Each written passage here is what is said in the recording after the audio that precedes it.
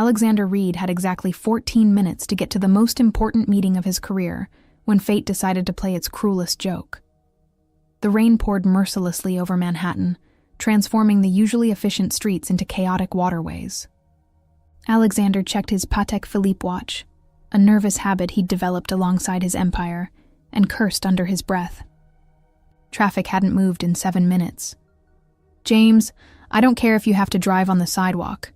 Get me to Madison Avenue in the next 10 minutes or find another job." His voice carried the casual coldness of a man accustomed to having his every command obeyed without question. His driver nodded silently, swerving the sleek black Bentley out of the gridlock and down a side street. Alexander returned to reviewing acquisition documents on his tablet, barely registering the world beyond, the tinted windows. At 36, he had amassed a fortune that made other billionaires whisper his name with equal parts envy and fear. Reed Technologies had devoured 17 companies in the past year alone, and today's meeting would make it 18. The car jerked to a sudden halt, sending his tablet flying from his hands. "What the hell, James?" Alexander's voice was deadly quiet. "Sorry, sir. Someone ran into the street." Alexander's jaw tightened. He glanced at his watch again. 7 minutes remaining. Without a word, he grabbed his custom umbrella, threw open the door, and stepped into the downpour. "I'll walk the rest of the way. Park the car and wait for my call." The rain was relentless, soaking through his bespoke Tom Ford suit despite the umbrella's protection. Alexander moved with purpose, weaving through crowds with the practiced efficiency of a predator. That's when he saw her. Standing in front of a small art gallery, completely drenched, was a woman laughing at the sky. No umbrella, no hurry, just laughing. Her dark hair clung to her face, and her simple white dress had become nearly transparent in the rain. She looked insane. She looked alive. Alexander found himself slowing down, an unfamiliar feeling tugging at something long dormant within him. She turned, almost as if sensing his gaze, and their eyes met across the crowded sidewalk. Green eyes, impossibly green, like emeralds catching light from within.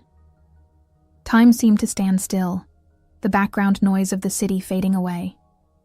Then something even more unusual happened. Alexander Reed, the man who had never been late to anything in his adult life, forgot about his meeting entirely. The woman smiled, a knowing curve of her lips that suggested she understood something fundamental about the universe that he did not. Then she turned and walked into the gallery.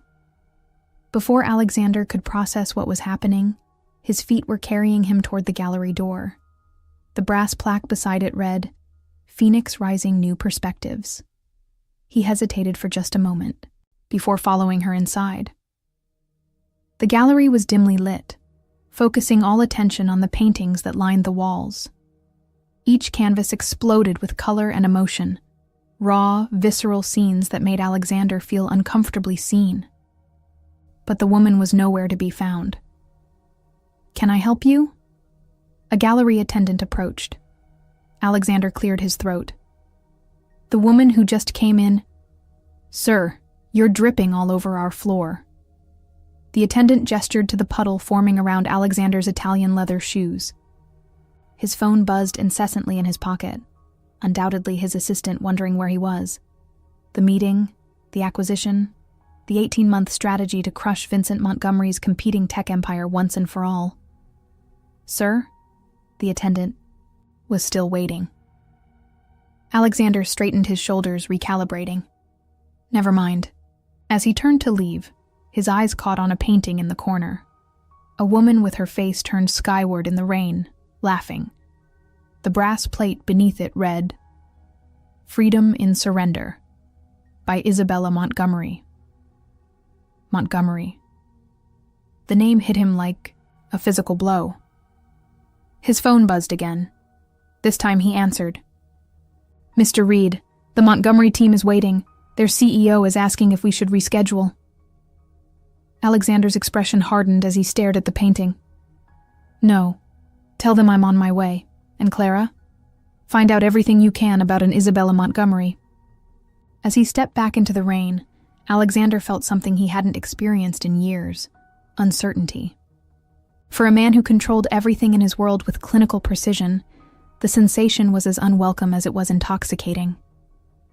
What he didn't know was that this moment, this single distraction, would unravel everything he had built, and that was exactly what Isabella Montgomery had planned all along.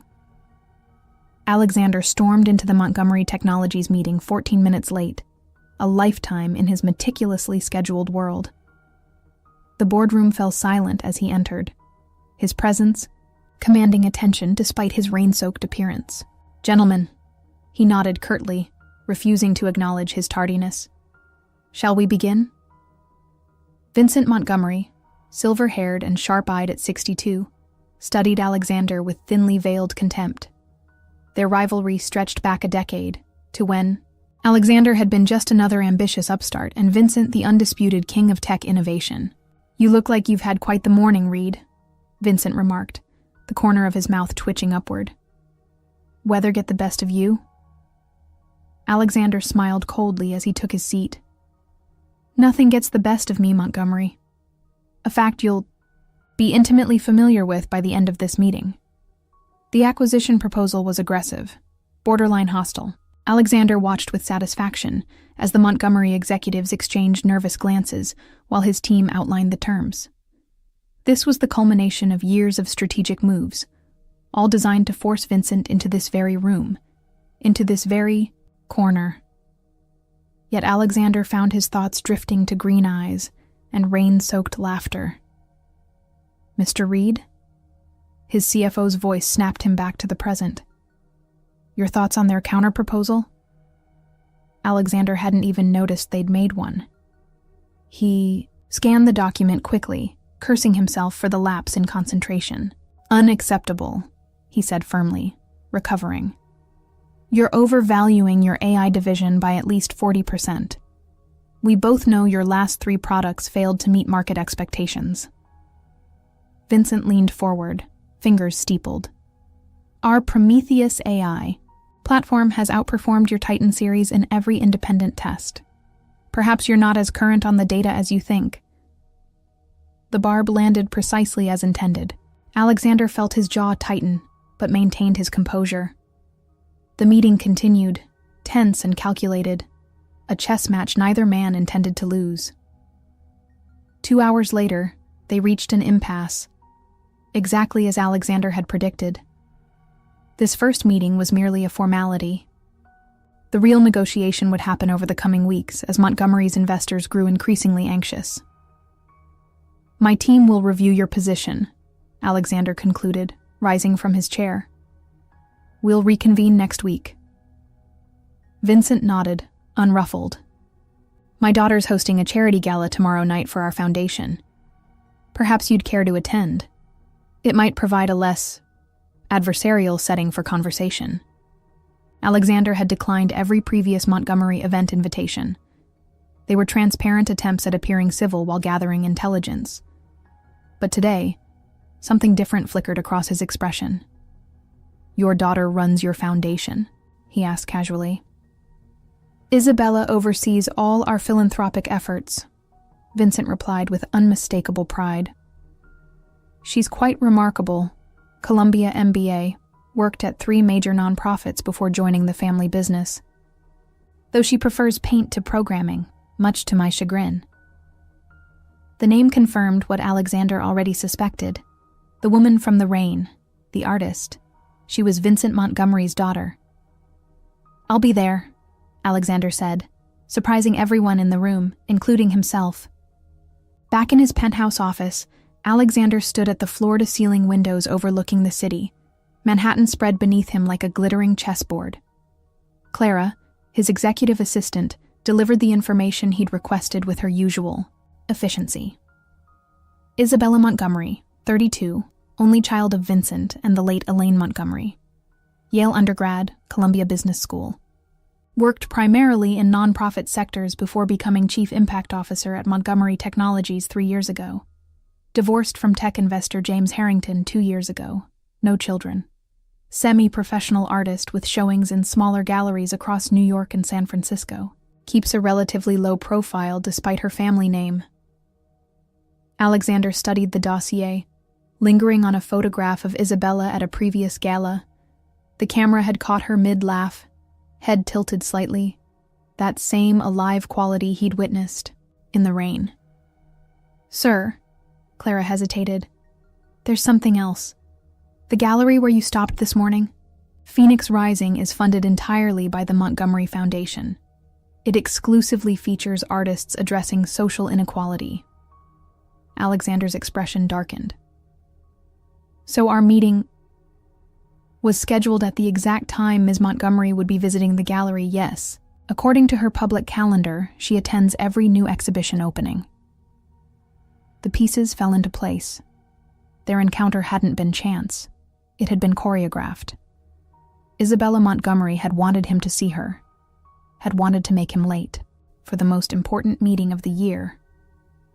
"She played me," Alexander murmured, equal parts irritated and intrigued. Clara, who had worked for him for 7 years and had never seen him distracted by a woman, or much of anything besides work, ventured, cautiously, "Will you still attend the gala tomorrow?" Alexander turned from the window, a dangerous smile forming on his lips. "Absolutely. I need a new tuxedo. Call my tailor. And Clara, send the largest arrangement of white roses you can find to Ms. Montgomery at the foundation office." "White roses?" Clara repeated, confused. Alexander never sent flowers. "With a card that reads, 'Enjoyed the rain.'" After Clara left, Alexander returned to the window, watching storm clouds gather on the horizon. For the first time in years, he felt the thrill of unexpected challenge. Isabella Montgomery had made the opening move in a game he hadn't known they were playing. Now he would respond in kind, and Alexander Reed never lost at games. What he didn't realize was that Isabella wasn't playing to win. She was playing to destroy him. The Montgomery Foundation's annual gala transformed the Metropolitan Museum of Art into a glittering wonderland. Crystal chandeliers cast prismatic light across the Great Hall, where New York's elite mingled in designer finery, their combined net worth rivaling the GDP of small nations. Alexander arrived precisely 45 minutes after the event began, late enough to make an entrance, early enough to avoid appearing rude. His custom Tom Ford tuxedo fit like armor, an impenetrable shield of wealth and confidence. "Mr. Reed," the event coordinator gushed, "we're honored you could join us. This is your first Montgomery Foundation event, isn't it?" "First and last," he murmured, accepting a flute of champagne from a passing server. Alexander scanned the room with practiced nonchalance, cataloging potential allies and competitors while pretending to admire the architecture. But he was looking for only one person. He found her holding court near a massive floral arrangement, a vision in midnight blue. Isabella Montgomery wore a backless gown that pooled around her feet like liquid starlight.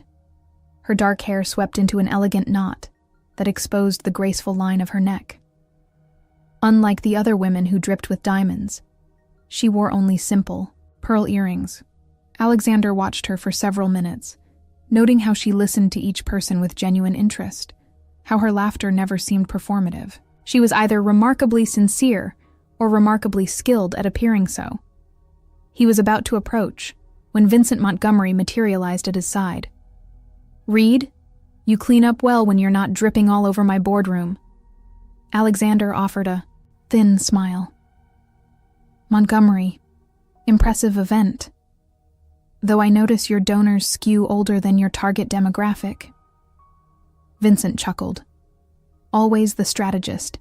Even at a charity event, you're analyzing market segments. Force of habit.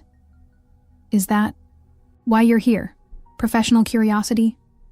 Alexander took a deliberate sip of champagne. "Perhaps I'm turning over a new philanthropic leaf. Or perhaps you're interested in something else entirely." Vincent's eyes drifted meaningfully toward his daughter. "I received your acquisition proposal. The real one, not the insult you presented yesterday." Alexander's face betrayed nothing. Your board will find it more than fair. My board doesn't make decisions for my company. I do. Vincent's voice hardened. Stay away from Isabella. Whatever game you're playing, leave her out of it. Before Alexander could respond, Vincent was gone, swallowed by the crowd of admirers that perpetually surrounded him. Alexander adjusted his cufflinks, another nervous habit, and made his way toward Isabella. She saw him coming, her green eyes tracking his approach with amused interest. Mr. Reed, she greeted him, her voice melodic and composed. I believe these are from you. She gestured to a massive arrangement of white roses serving as the centerpiece of the nearby table. Isabella. He savored the syllables of her name. Or do you prefer Ms. Montgomery? That depends entirely on your intentions. Her smile was enigmatic. My intentions are always transparent. Are they? Because I think you're here to destabilize my father's company while pretending to negotiate in good faith. Alexander raised an eyebrow, impressed by her directness. Business is business. And standing in the rain laughing? What kind of business is that? Performance art, apparently. You knew exactly what you were doing. Isabella's smile widened. Did I? Making me late, ensuring I'd see you. The gallery, your gallery, positioned precisely for our paths to cross. That's quite the conspiracy theory. She tilted her head. Perhaps the universe simply wanted us to meet. I don't believe in the universe's intervention. No, you wouldn't. She studied him thoughtfully. You believe in control, in systems, in the inexorable logic of capital accumulation. What a terribly predictable way to move through the world. Alexander felt an unfamiliar heat rise in his chest, not anger, but something more dangerous. Challenge, interest. Dance with me, he said suddenly. Isabella looked genuinely surprised. I didn't take you for a dancer. There are many things you don't know about me. She placed her champagne flute on a nearby table. One dance, and then you'll tell me why. You're really here. The orchestra was playing something slow and classical. Alexander led her to the center of the dance floor, acutely aware of the eyes following them, particularly Vincent Montgomery's stormy gaze from across the room. Isabella fit perfectly in his arms, her hand cool and light in his. They moved together with unexpected synchronicity. You're good at this, she murmured. I excel at everything I attempt. Everything? Her eyes sparkled with mischief. Somehow, I doubt that. Test me. The challenge hung between them, charged with something neither was willing to name. Alexander found himself entranced by the small scar above her right eyebrow, the barely perceptible freckles dusting her nose, the exact shade of her lips, a deep rose that matched the flush rising on her cheeks. Why did you send the flowers? She asked quietly. Why did you make me late for my meeting? Isabella laughed, the sound washing over him like warm rain. Maybe I just wanted to see if the great Alexander Reed could be disrupted by something, as simple as a woman in the rain. And your conclusion? That you're not entirely the machine everyone thinks you are. Her eyes searched his. There's something human buried under all that ambition. Alexander's hand tightened slightly at her waist. You don't know me. I know men like you. I was married to one. The music ended. Isabella stepped back, breaking the spell that had momentarily enveloped them. Thank you for the dance, Mr. Reed, she said formally. And for the flowers. But whatever you're hoping to achieve here, with my father's company or with me, I suggest you recalibrate your expectations. Alexander watched her walk away, her blue gown shimmering under the chandeliers. For the first time in his adult life, he felt completely outmaneuvered. His phone vibrated in his pocket. A text from an unknown number. The rain was real. Everything. else is a game. Alexander looked up, scanning the crowd, but Isabella had vanished. In her place stood Vincent Montgomery, watching him with the cold calculation of a man preparing for war. The game, it seemed, had only just begun. 3 days after the gala, Alexander found himself doing something utterly foreign to his nature: waiting. He sat at a corner table in an unpretentious cafe in Chelsea, his third espresso growing cold as he checked his watch for the 5th time in 20 minutes. The cafe, Lumiere, was one of those impossibly charming establishments with mismatched furniture and local art adorning exposed brick walls. According to his research, Isabella came here every Thursday morning to meet with artists sponsored by her foundation. Alexander had arranged his entire day around this intelligence, clearing his morning schedule, something his executive team found more alarming than if he'd announced plans to sell the company. "Sir, is everything all right?" Clara had asked when he'd instructed her to reschedule 3 critical meetings. "Perfectly fine," he'd replied, not meeting her concerned gaze. "I'm pursuing an alternative acquisition strategy." Which wasn't entirely a lie.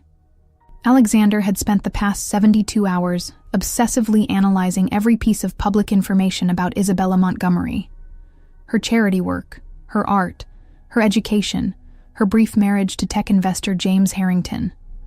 The divorce had been amicable according to public records. But Alexander's private investigator had uncovered rumors of Harrington's infidelity with a series of younger models. Isabella had taken no alimony despite being entitled to millions. Every new detail fascinated him more. She lived simply by billionaire heir standards. A brownstone in the West Village rather than a penthouse.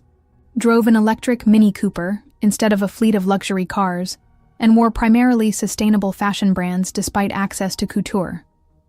She donated 70% of her Montgomery Technologies salary to various causes and traveled economy class on foundation business. Either she was the most convincing fraud he'd ever encountered, or Isabella Montgomery was genuinely good, a concept Alexander found almost impossible to reconcile with her parentage.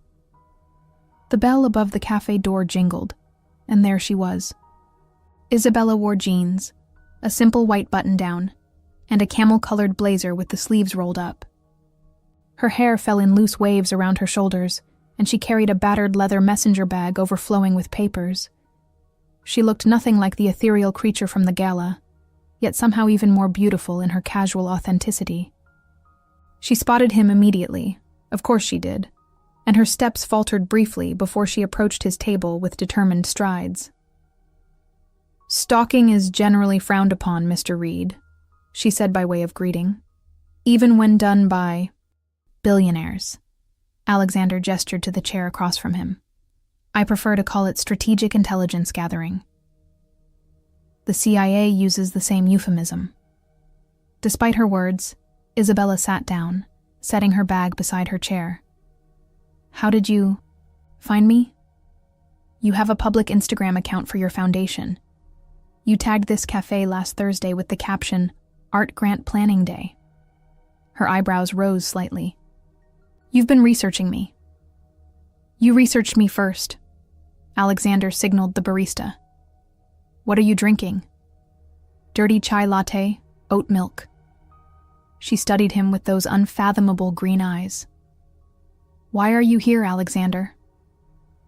It was the first time she'd used his first name, and something about the way the syllables sounded in her voice made his chest tighten unexpectedly. "I'm interested in supporting your foundation," he said smoothly. Isabella's laugh burst forth, genuine and unrestrained. "You expect me to believe that Alexander Reed, the man who gutted 3 nonprofits last year to acquire their technology patents, suddenly cares about philanthropic endeavors? People can change. Leopards and spots, Mr. Reed." "Back to Mr. Reed, are we?" The barista delivered Isabella's chai, and she wrapped her hands around the mug, inhaling the spicy aroma. "What's your actual agenda? Information gathering for your hostile takeover? Using me to get to my father? Would you believe me if I said I simply wanted to see you again, No. Alexander leaned back in his chair, studying her. You're very direct. Life's too short for corporate doublespeak. She took a sip of her drink, leaving a faint imprint of her lips on the rim. I already know you've hired a private investigator to look into me. Alexander couldn't hide his surprise. How? Because I did the same to you 2 years ago, when you first started circling my father's company. She set down her mug. I make it a point to know my enemies, Mr. Reed. Is that what I am? Your enemy? Isabella's expression softened, slightly. You're trying to dismantle my father's life's work. What would you call it? Business. That's the problem with men like you. You think business exists in some morally neutral vacuum, separate from the actual human consequences. Her voice remained calm, but her eyes flashed with conviction. Montgomery Technologies employs 8,000 people. Your business would leave at least half of them unemployed. Alexander felt an unfamiliar twinge of discomfort. Companies evolve. Markets change. Sentimentality is a luxury most can't afford. Is that what you tell yourself when you look in the mirror? That you're just the inevitable machinery of capitalism in human form, absolved of responsibility for your choices? The directness of her question struck him like a physical blow. No one spoke to Alexander Reed this way. Not his board, not his executives, not even Vincent Montgomery. Before he could formulate a response, Isabella continued, her voice softer. Do you know what I discovered when I researched you? That Alexander Reed, cold-blooded corporate raider, donates anonymously to brain cancer research. That you established a scholarship fund for engineering students from Appalachia after acquiring a failing tech company there. That you personally intervened when one of your executives tried to fire a woman for getting pregnant. Alexander's jaw tightened. How did you find out about those? I'm very good at my job. She leaned forward. You're not the machine you pretend to be. So why the act? For a moment, just a fleeting moment, Alexander considered telling her the truth about growing up with nothing in Pittsburgh while his mother died slowly of the cancer he couldn't afford to treat properly, about clawing his way through college on scholarships and ramen, about learning that in business, ruthlessness was rewarded while compassion was exploited. Instead, he deflected. Why did you make me late for our meeting that day? The truth. Isabella sat back, a small smile playing at her lips. Curiosity. I wanted to see if the legendary Alexander Reed could be derailed by something as simple as a woman in the rain. Most would call that manipulation. Most would call your entire business strategy manipulation. Touché. Alexander found himself smiling despite himself. Have dinner with me. Isabella blinked, genuinely surprised. I'm sorry? Dinner, you and me, a restaurant of your choosing. Why would I have dinner with the man trying to destroy my father's company? Because you're curious. Alexander leaned forward. Just as I am. Because whatever this is between us, animosity, attraction, fascination, it deserves exploration. Isabella studied him for a long moment, her expression unreadable. You realize this changes nothing about the business situation. I wouldn't expect it to. She reached for her bag, extracting a sleek planner. She wrote something on a page, tore it out, and slid it across the table. Saturday, 8 o'clock, this address. Alexander glanced at the paper. Your home address? I prefer to cook. Restaurants are performative. She stood, gathering her things. Don't wear a suit. Don't bring an expensive bottle of wine to impress me. Don't arrive with some grand strategic gesture. Any other demands? His tone was amused, rather than offended. Isabella paused, considering. Come as yourself. Alexander, not as Alexander Reed, CEO. Just as Alexander, the person you rarely let anyone see. With that, she turned and walked away, pausing at the counter to pay for both their drinks before he could stop her. Alexander remained seated, the piece of paper with her address burning a hole in his palm. Clara had texted him 14 times about the morning's rescheduled meetings. The Montgomery acquisition team was waiting for his counteroffer. The quarterly board meeting was in 3 days. None of it seemed to matter. For the first time since founding his company, Alexander Reed had found someone, more compelling than the next deal, the next victory, the next billion. It terrified him, and it thrilled him. As he finally left the cafe, his phone chimed with a text from an unknown number. Her number. "This doesn't mean I like you, but I might be willing to listen to why I should." For a man who prided himself on always having the last word, Alexander found himself speechless and smiling. Saturday arrived with agonizing slowness. Alexander had spent the intervening days in a state of distraction that alarmed his executive team. Twice he'd lost his train of thought during critical meetings. Once he'd accidentally approved a proposal without reading it, something unprecedented in his meticulous career. Clara had discreetly asked if he needed medical attention. His obsession with the Montgomery acquisition had been replaced by an obsession with Isabella Montgomery herself. He found himself wondering what her brownstone would look like, what she might cook, what music she preferred. Trivial questions that had never occupied his mind regarding anyone else. At 7:56 p.m., Alexander stood on the stoop of her West Village address, feeling ridiculously nervous. He had followed her instructions. No suit, no expensive wine, no grand gesture. Instead, he wore dark jeans, a charcoal cashmere sweater, and carried a modest bouquet of wildflowers from a street vendor he'd passed. He felt exposed without his usual armor of bespoke tailoring, as if he'd shown up naked. He rang the bell, and moments later Isabella opened the door. She wore slim black pants and an oversized ivory sweater that slipped off one shoulder, her hair piled messily atop her head with tendrils framing her face. Her feet were bare, toenails painted a deep burgundy. The sight of something so intimate, her bare feet on the hardwood floor, sent an unexpected wave of desire through him. "You're punctual," she observed with a small smile. "And you followed directions.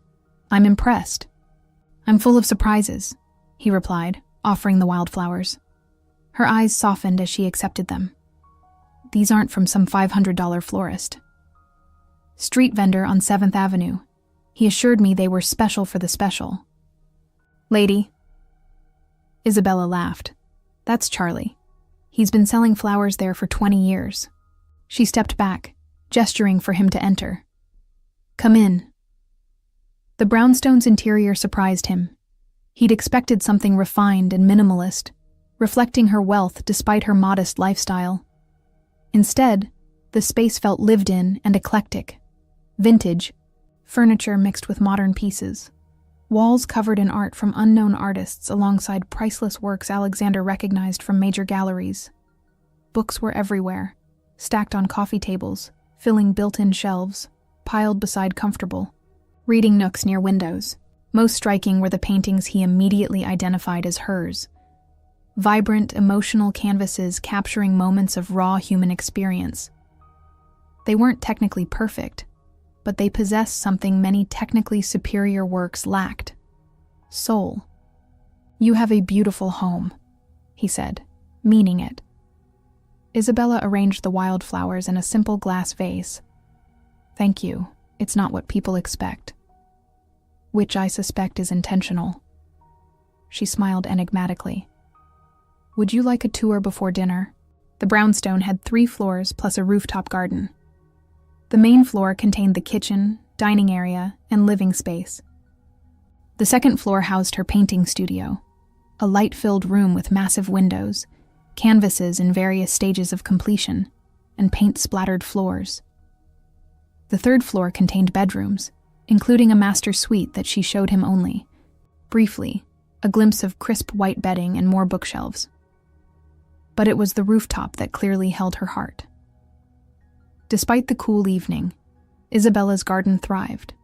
a carefully tended urban oasis of vegetables, herbs, and flowers growing in raised beds and containers. "I grow a lot of what I cook with," she explained, running her fingers over rosemary and thyme. "There's something grounding about nurturing something from seed to harvest." Alexander watched her move through the plants with practiced ease. "I never pictured Vincent Montgomery's daughter tending a vegetable garden." "What did you picture?" She glanced at him, genuinely curious.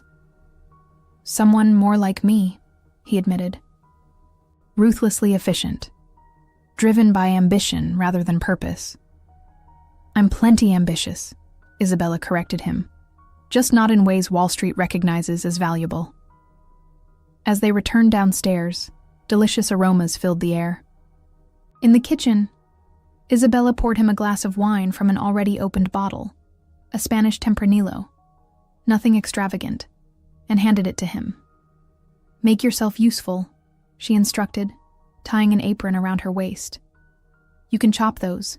Herbs." Alexander stared at the cutting board and knife she'd indicated.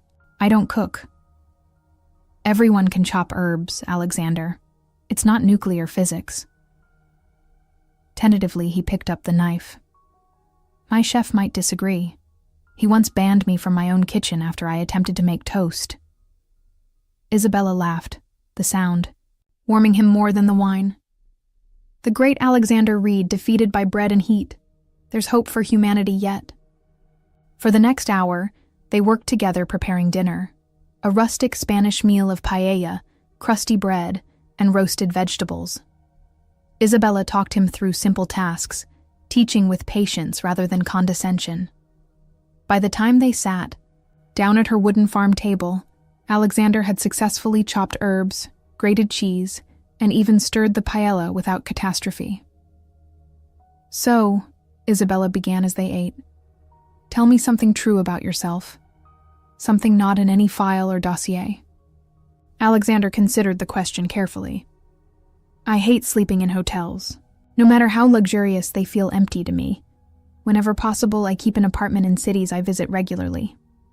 That's surprisingly human." She took a sip of wine. "Why do you think that is?"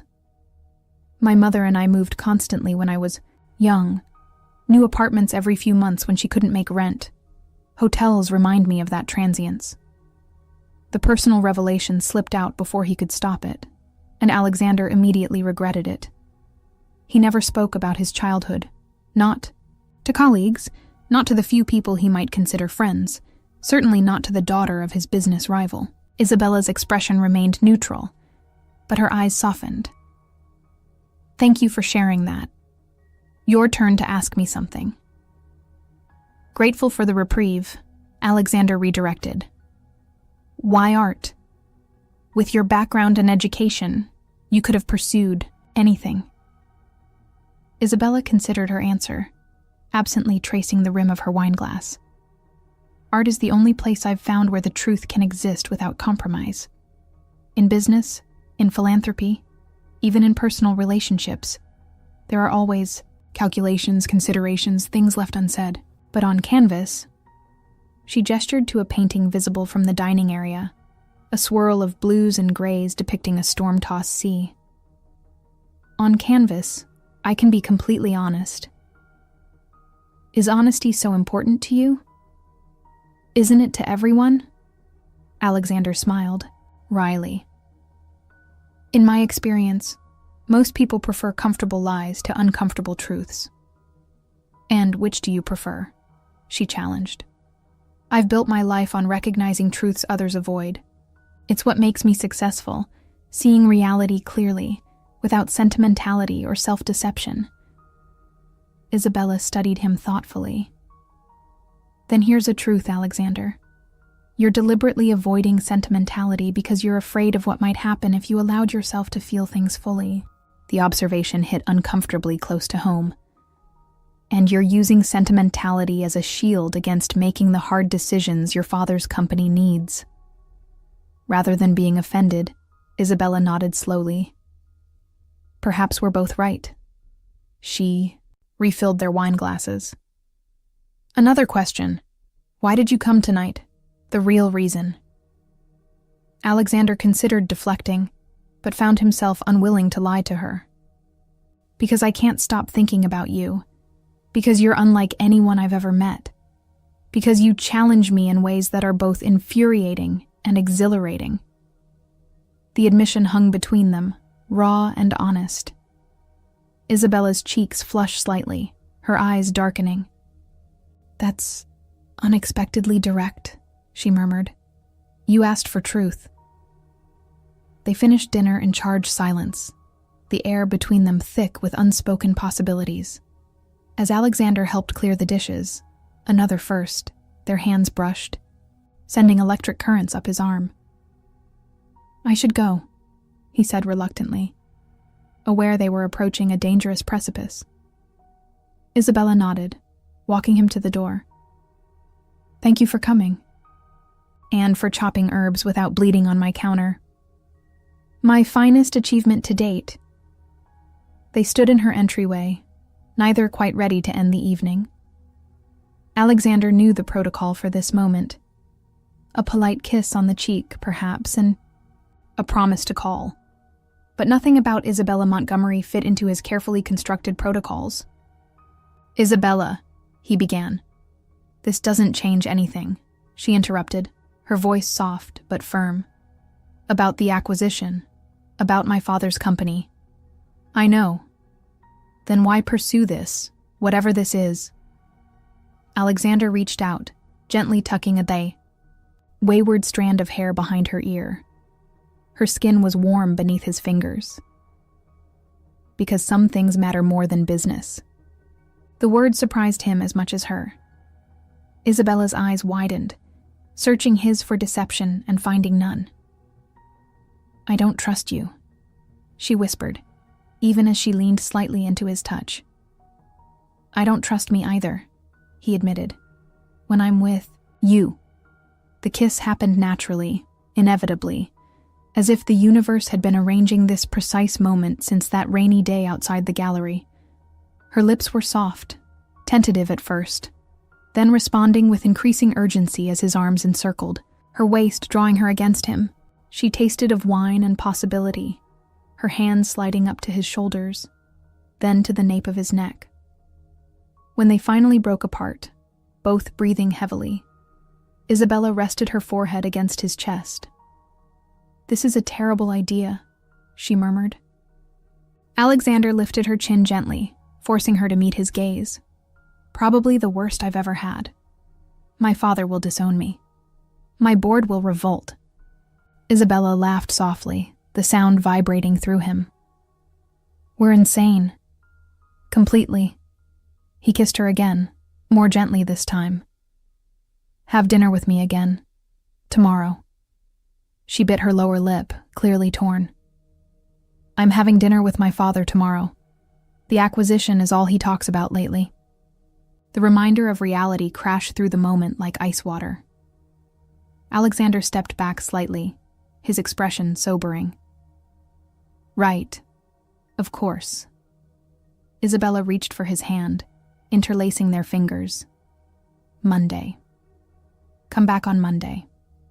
I'll cook. Something different. His thumb traced circles on her palm. Monday seems very far away. It gives us both time to think about whether this is the colossal mistake it appears to be. Her tone was light, but her eyes betrayed her uncertainty. As Alexander finally stepped out into the cool night air, his phone buzzed with an urgent message from his legal team. Montgomery CEO scheduling emergency board meeting Monday morning. Sources indicate defensive maneuvers against our offer. The twin realities of his life, the emerging feelings for Isabella and the ruthless business war with her father, collided with jarring discord. In 48 hours, he would be implementing strategies designed to force Vincent Montgomery's company to its knees. And then, hours later, he would be sitting across a dinner table from the man's daughter, possibly falling in love with her. The incongruity was impossible. Something would have to give. As he slid into the back of his waiting car, another text arrived. This one from Isabella. I already regret letting you leave, but I'd regret more if this became something neither of us could control. Be careful with my heart, Alexander. It's not a company you can acquire and restructure. Looking out at the glittering Manhattan skyline, Alexander realized with startling clarity that for the first time in his life, he had absolutely no idea what to do next. Monday morning arrived with the cold precision of fate. Alexander sat at the head of his boardroom table, watching his executives and lawyers present the final strategy for the Montgomery Technologies takeover. The plan was brutal but effective.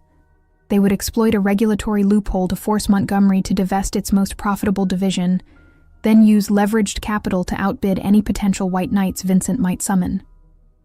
By this time next month, Montgomery Technologies will cease to exist as an independent entity, his chief strategist concluded triumphantly. The room fell silent, awaiting Alexander's approval. He stared at the presentation screen, seeing not profit projections and organizational charts, but Isabella's face, her eyes when she'd spoken of her father's legacy, her hands tenderly caring for plants on her rooftop garden, her lips against his in that moment of perfect connection. "Mr. Reed?" Clara prompted after the silence stretched uncomfortably long. "Your decision?" Alexander stood abruptly. "I need to think about this. Meeting adjourned." The executives exchanged baffled glances as he strode from the room. In 15 years and the helm of Reed Technologies, Alexander had never postponed a major acquisition decision. His ruthless certainty was legendary. In his private office, Alexander paced like a caged animal. The Montgomery acquisition had consumed him for over a year, meticulous planning, strategic maneuvering, millions spent on legal groundwork.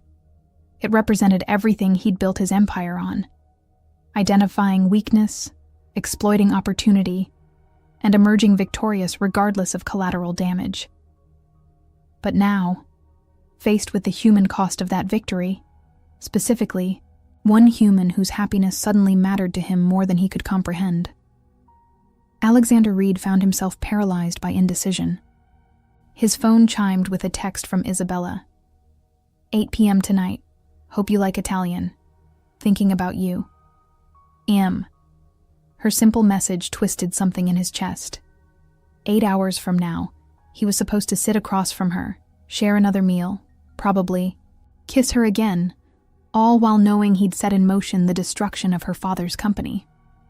The cognitive dissonance was unbearable. Alexander canceled his remaining meetings and left the office, instructing his driver to take him to Central Park. He needed space to think, away from the sterile glass and steel environment that usually clarified his thoughts.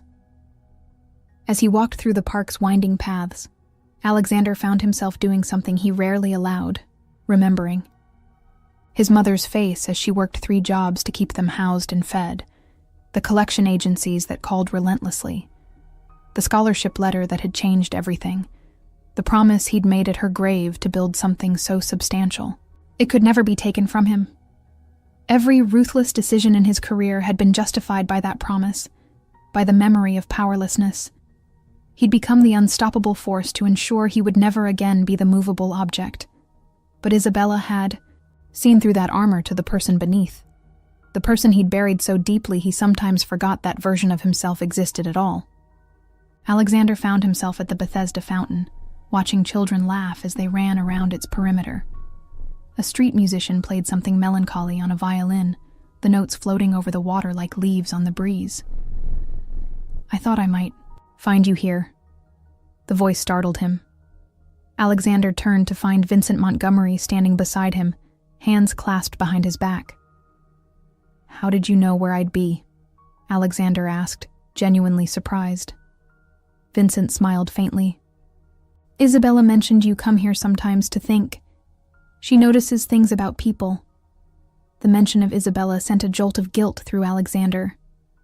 "Vincent, The older man held up a hand. "I know you're seeing my daughter tonight.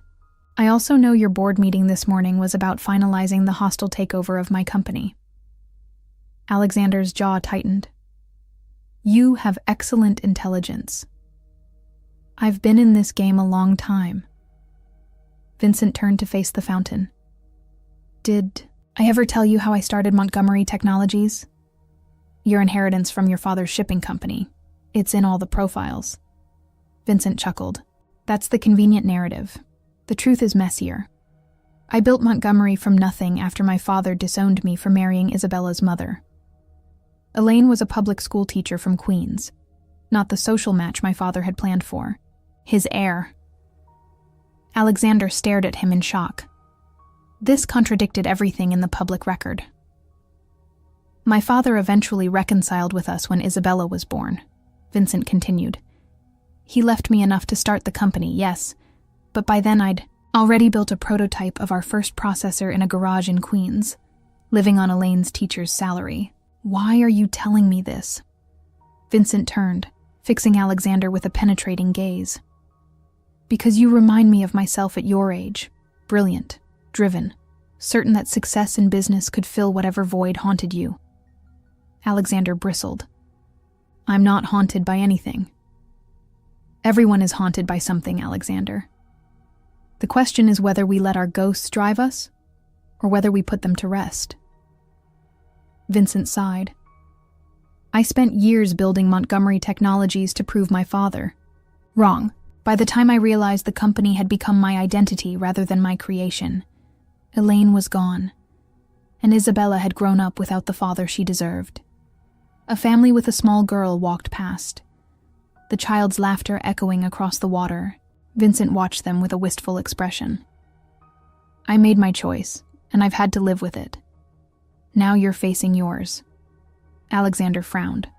What choice? Between being Alexander Reed, corporate raider, or simply Alexander, the man my daughter apparently sees something in. Vincent's voice hardened slightly. I don't like you, Reed. I think you're ruthless and cold-blooded in business. But Isabella has always had excellent judgment about people.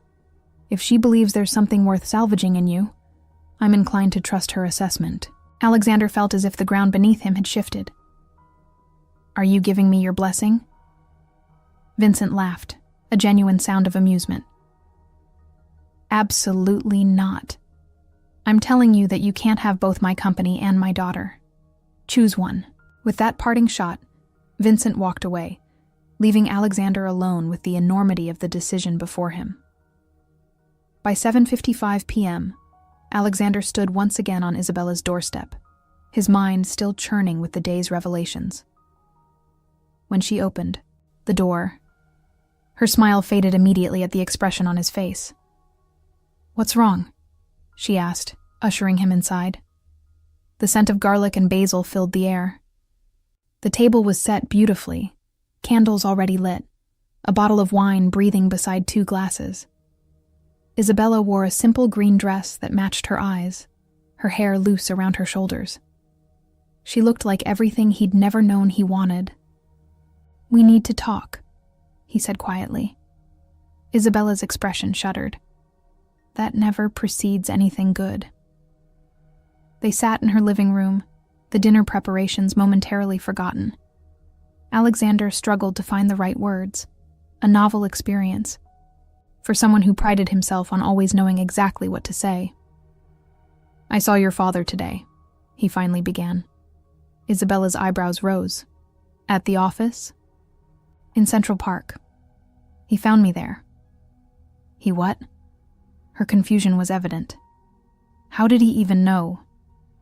You mentioned to him that I go there sometimes. Alexander watched understanding dawn on her face. I did mention that, she said slowly, when we were discussing the Foundation's charity run, but I never expected him to. What did he say to you? Alexander took a deep breath. He told me I had to choose, between Montgomery Technologies and you. Isabella's cheeks flushed with anger. He had no right to put you in that position. No right to speak for me or to... He was right. The simple declaration stopped her mid-sentence. She stared at him, eyes wide.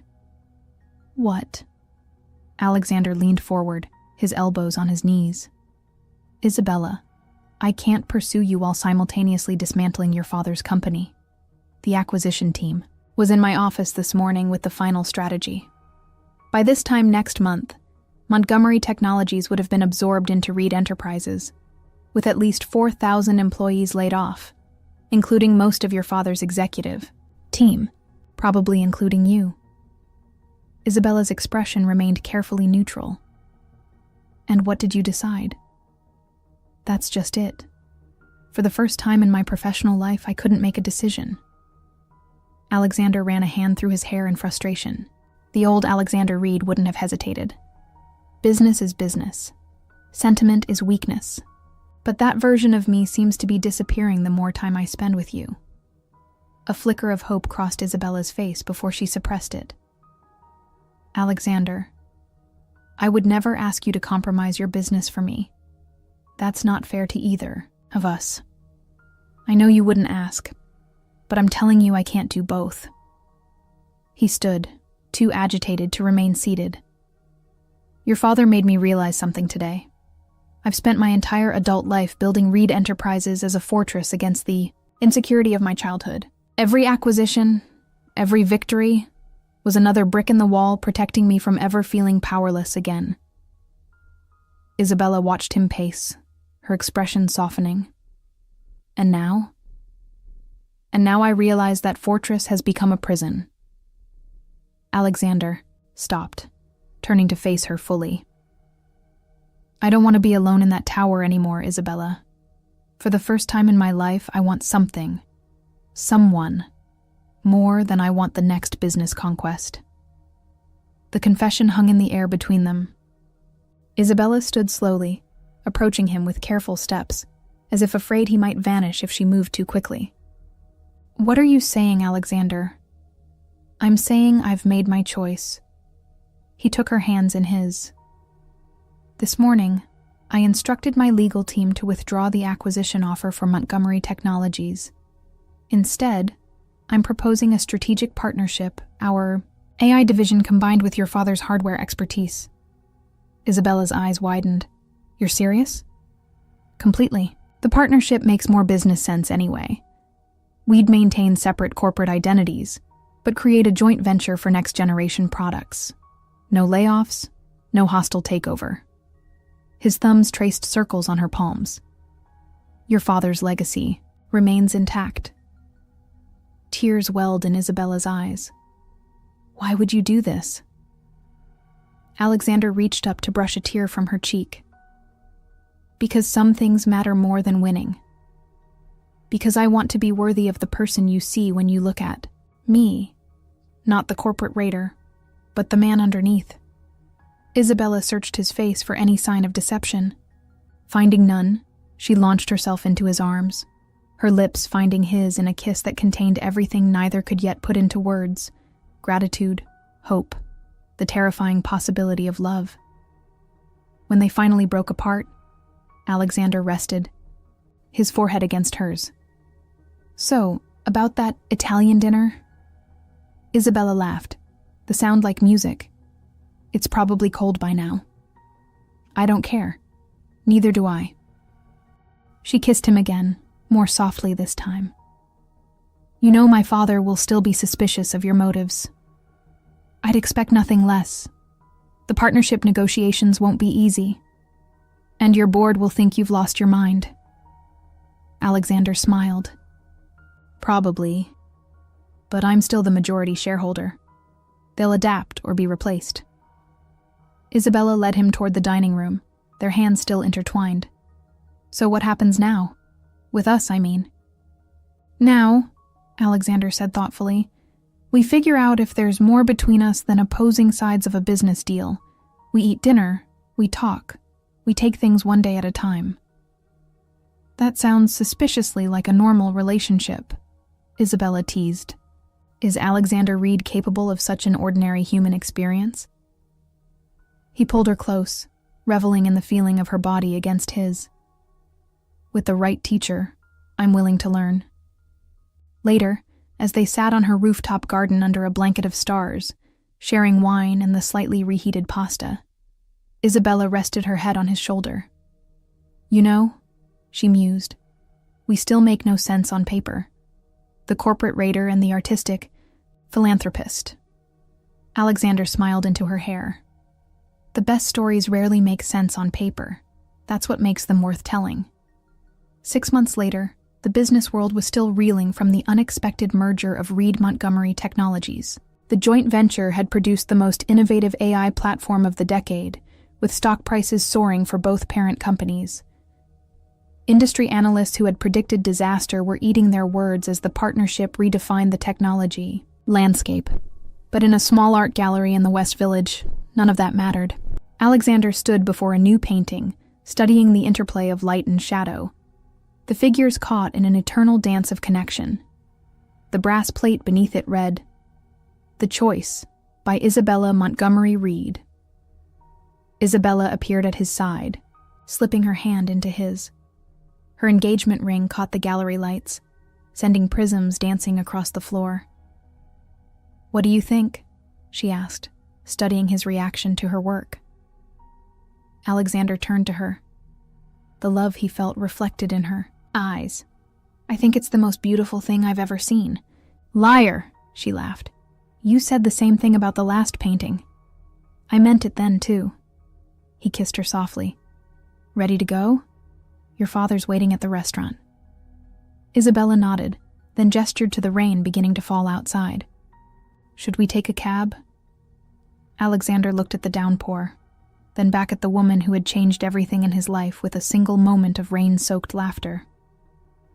"Actually," he said, taking her hand and leading her toward the door, "let's walk."